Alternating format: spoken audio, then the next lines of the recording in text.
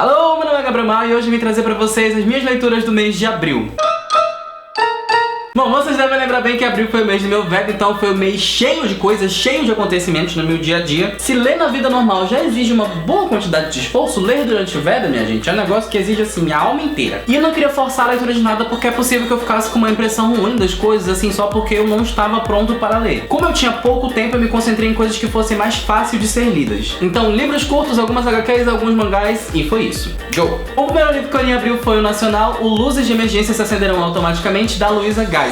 Eu li esse livro na primeira semana de abril, eu acho, eu vim falar dele agora na terceira semana de março, então, né, talvez a memória falhe um pouco. Nessa história, o nosso protagonista é o Henrique e um grande amigo dele teve um acidente no ano passado e ele tá em coma já há algum tempo. O Henrique tem muita esperança de que esse amigo dele volte a acordar e ao mesmo tempo ele quer meio que começar a aceitar que ele talvez não acorde. Então o Henrique começa a escrever um monte de cartas pra esse amigo dele pra deixar ele informado sobre as coisas que estão acontecendo com a família deles, com o próprio Henrique, com os grupos de amigos que ele tinha. Aí chegou uma hora que eu falei assim, opa, esse livro aqui vai ser um pouquinho LGBT. Eu não vou contar exatamente o que acontece porque eu sinto que é pra ser um segredinho, assim, é pra acontecer quando tiver que acontecer. O Henrique tem ali mais ou menos uns 21, 22 anos e a autora fala de coisas que estão muito dentro do universo dele, de um universo de uma pessoa que tem essa idade, tá na nossa faixa etária e tá vivendo aqui em 2000 e tantos. Então ela fala sobre crescimento e amadurecimento e sobre como que é entrar na faculdade ou sair da faculdade, como que é estar num relacionamento, como que é estar em família, como que é lidar com a perda das pessoas. Depois da Luz de Emergência eu comecei a ler minhas HQs e a primeira que eu peguei esse mês foi Guerra Civil, do Mark Millar e do Steve McNiven. Bom, a ideia de ler essa HQ era justamente pra entender a história antes de ver o filme, né? Mas eu vi coisas aí, né, que a história do filme não é exatamente a história que tá aqui e eu acredito, porque fazer essa história aqui ia exigir um elenco, minha gente, pelo amor de Deus. Tem tipo 20 heróis novos em cada virada de página que tem aqui. Daí vem a ideia do governo dizendo que todos os heróis vão ter que ser registrados pra que todo mundo saiba quem eles são e caso eles façam alguma besteira,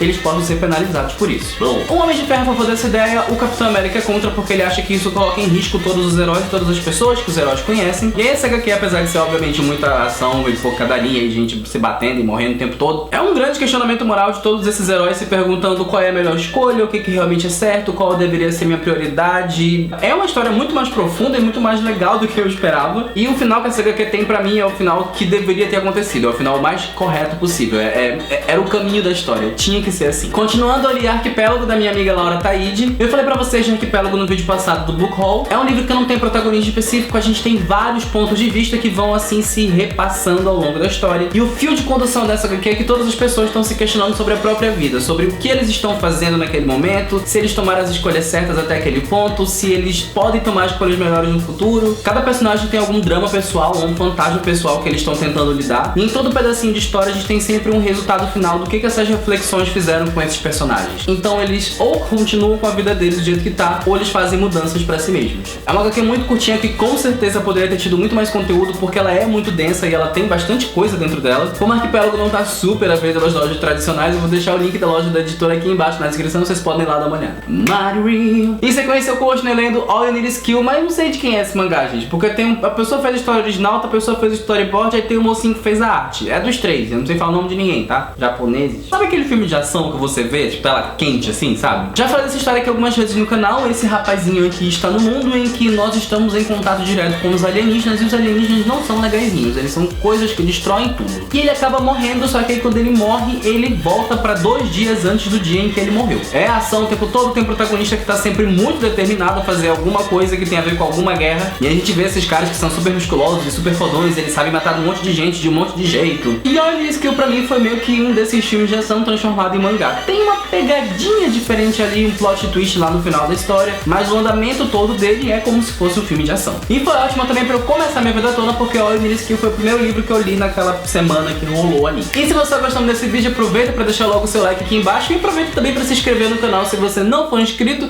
mas se você já for inscrito, você pode também compartilhar esse vídeo nas suas redes sociais, que você me faz muito bem, tá? Eu resolvi terminar de ler Monster, do Naoki Urasawa. Cara, que história incrível. Aliás, a Vedatona daqui pra frente vira só coisa incrível, tá? A gente tem um protagonista que é super relacionável, a gente acredita muito na missão dele, porque ela é perfeitamente transparente e ele é muito admirável o tempo tempo todo, porque em qualquer lugarzinho que ele passa, ele tenta fazer o bem pra alguém. E a grande estrela de Monster é, sem dúvida, o próprio Monster, o grande vilão da história, o Johan. Ele tem uma capacidade de influência inacreditável nos outros personagens. E grande parte de Monster vai ser a gente descobrindo a história do Johan e como ele virou a pessoa que ele virou e por que ele é tão vilãozinho assim. Ele literalmente traz o pior de todo mundo à tona e faz a pessoa viver com aquilo ali na cabeça dela pra sempre. Leiam, leiam, leiam, leiam, procurem o máximo que vocês puderem, não tem como se arrepender dessa história. Em seguida, eu estou muito orgulhoso desse livro porque ele foi de longe mais difícil de ler, porque eu tava na última semana do Velvet, uma semana extremamente complicada, mas ainda assim eu consegui terminar de ler Reality Boy da A.S. King, que também encerra a minha meta pessoal de ler os autores que eu tinha jurado que eu nunca leria na minha vida. O protagonista do livro é esse menino aqui que chama Gerald, e ele, quando tinha lá seus 3, 4, 5 anos de idade, estava em um reality show. Era uma mulher que vinha na casa dele pra dizer como que a mãe dele deveria cuidar dele. E o problema todo que começou essa história toda de reality show é porque o Gerald socava muito as paredes. Só que essa situação piora quando o reality show começa a ser gravado, lá quando ele tinha 3, 4, 5 anos, porque além de bater na parede, ele também começa a fazer muito cocô em todos os lugares que ele vê pela frente. Quando alguém faz alguma coisa que ele não gosta, ele vai lá e faz cocô. Quando ele fala alguma coisa que as pessoas não escutam ele vai lá e faz cocô. O foco principal do livro e o grande motivo pro Gerald ser quem ele é vem de antes do reality show. O Gerald é o filho mais novo de 3, então ele tem 2 irmãs mais velhas. A primeira dessas irmãs é uma pessoa horrorosa. Ela tortura e maltrata e humilha o Gerald desde que ele é muito pequeno. Incrivelmente insuportável. Todas as vezes em que eu lia o nome dela,